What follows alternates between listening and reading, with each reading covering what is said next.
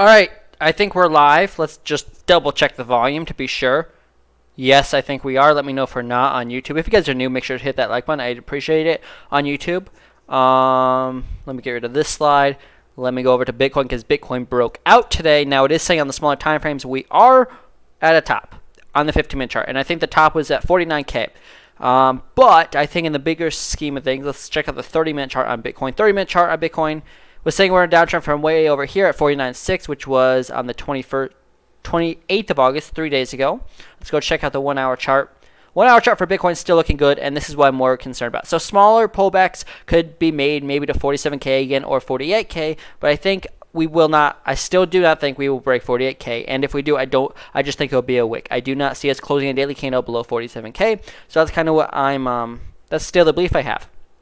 Bitcoin is going up from here. Like I said, you could get a small pullback as far as 47K. I would expect a strong bouncer back to 49.50K. The key level we need to break is 51K, where the 618 fib is at. If we break that, Bitcoin's going to 65K, and I don't have much doubt about that. But if we can't break 51K, there's a chance you could go all the way down to 42K, which I don't think happens.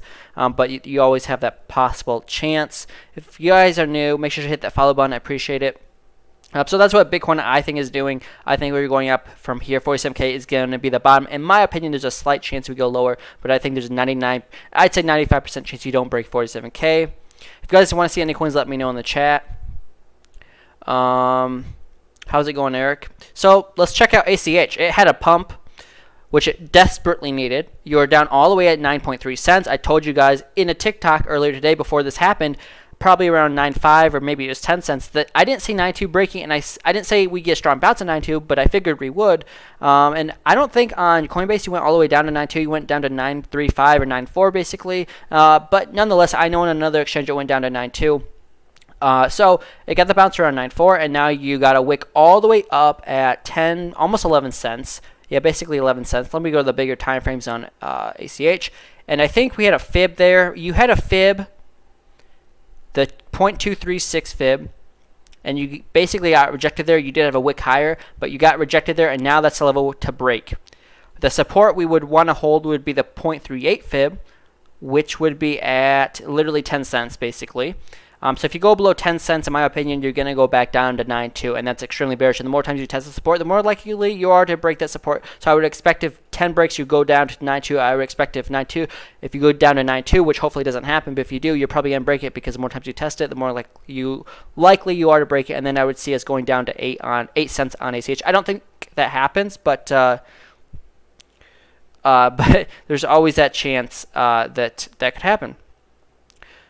So that's kind of where I see. I think if you break, what is this? 11.4 cents, I think it was. If you break 11.4 cents, I see you going up. I don't see this being much resistance here at 12 cents. There might be a little, the 0.5 fib. The big one you'd have to look out for would be the 0.618 fib, which is going to be strong resistance at 12.5 cents. And then the 0.76 will also be strong resistance, which is at 13.2 cents. So those are the next two resistances you'd be looking out for. The next two strong resistances you should look out for, which would be to 12.5 if you break 11.4. I see it going to 12.5. There's a little fly in here. It's kind of annoying. So that's kind of where I see ACH going.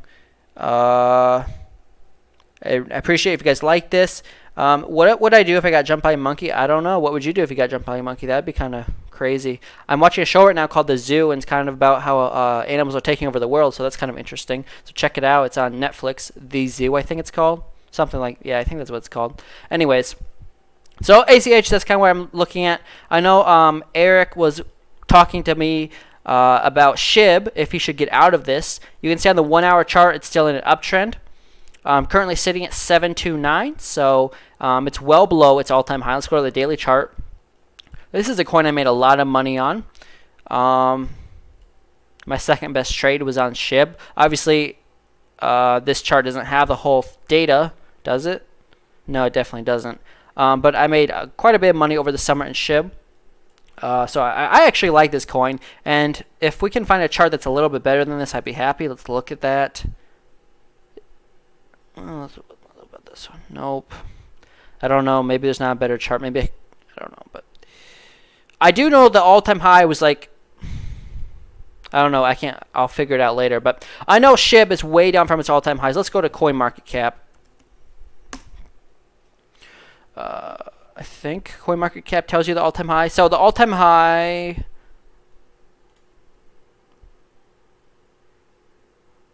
was, it's down 95% from the all-time high. So I think coins like this are eventually going to pump at some point during this bull market, probably before the end of this year. It's down 95% right now. The all-time high was, so you basically lost to 0. It was 8. I think it was 80 though. So it's 80 divided by 7. That's basically what that's how much money you would make, I think, if you got into SHIB right now and went back to all-time highs, which I do think it would do. That's a 10x or more, 10 or 11x. So I think SHIB is probably a good hold, especially if you're in profit in it and it's just the house's money. So I would stay in it if you're Eric. Yeah, so that was all-time high was, so 1, 2, 3, so only 4 zeros. That's it? Hold on. If that's true, then it says this all-time high, hold on. All-time high, 1, 2, 3, 1, 2, 3, 4, 5, 6, 7, 8. Okay. 1, 2, 3, 4, 5, 6, 7, 8 divided by, and you said it was 3 zeros was it. Okay, we'll see if this is, I don't know if this is right, but 1, 2, 3.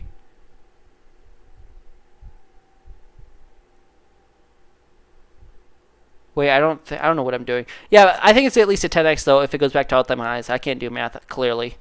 But anyways, I think it's very bullish. Okay, and then we'll look at XLM. Anyways, let's look at XLM now. XLM, let's look at that. All right, Coinbase, XLM. XLM, okay, this is a huge time frame. Currently sitting at support at 35 cents. If you break 35 cents, it's going to get a rug pulled down. I don't think you go down to 20 cents. There's got to be another support between that and that. That can't be accurate. That doesn't seem right. I think 30 cents is another support, but maybe not. I would think it'd be support at 30 cents. I don't think you go from 35 cents down to 20 cents. I don't think that's, maybe in a bigger time frame you do, but I think smaller time frames would probably say something different, but maybe not. You'd have some sort of support at 29 cents, around 30 cents, I think. I don't think you go straight from 35 cents to 20 cents.